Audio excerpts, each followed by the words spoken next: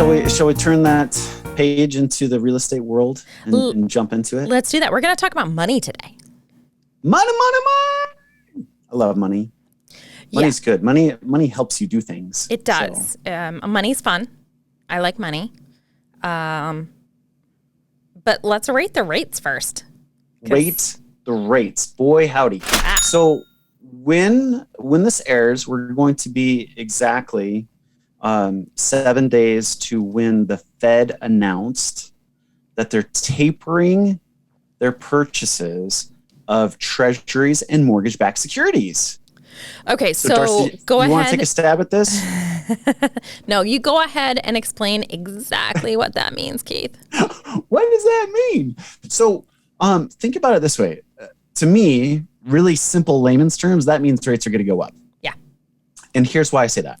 So they're saying they're going to, look, I'm not so worried about the treasury side. Let's talk about the mortgage-backed security side, that right now they're going to taper $5 billion worth of mortgage-backed securities that they have been purchasing throughout the whole COVID time.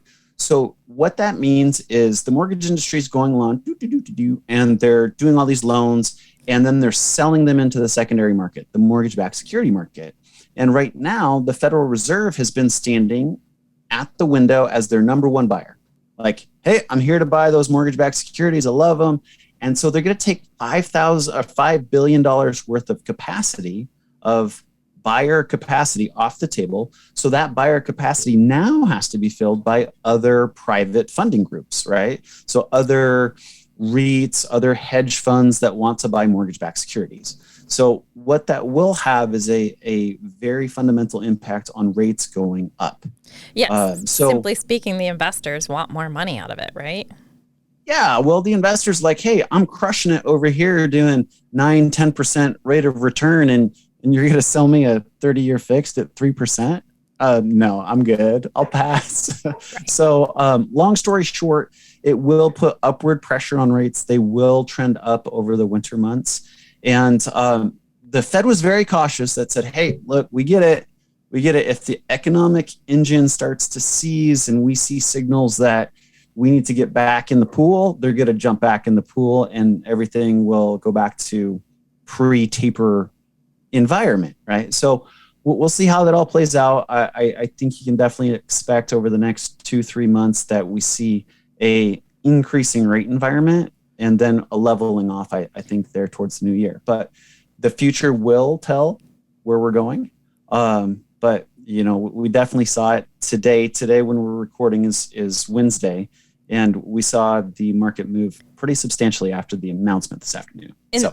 An increase in rates at this time of year in the last few years hasn't been that odd, correct? No, actually, right here in November, rates tick up a little bit, and then they kind of fall off the cliff in December, January, and February.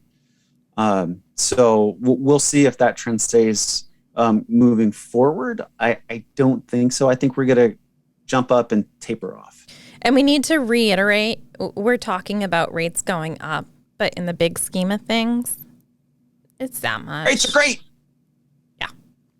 Rates are awesome. So, I mean, so, you know, 3% is still killer awesome money. Yep. You know, if your cost of funds is in the threes and you really need to think long and hard talking about money, liquidating assets that are performing in the market, that are performing 15, 17, 20% annual yield. So you're making a rate of return of 20%, and you want to go liquidate that asset to go leverage a house and get a smaller mortgage at 3%. No. Think about that. Yep. Yeah. And a lot of people don't think about that in advance until you put it in those terms. So that's a great way to look at it. See what you can make with your money somewhere else. Arbitrage. Yep. Arbitrage. Great term. That's a whole nother show. We'll bring that to another podcast, but arbitrage is just powerful stuff. And we're not taught that in the school system. No. Well, maybe you weren't. No. You were taught arbitrage in the school system? But that was a whole nother story too.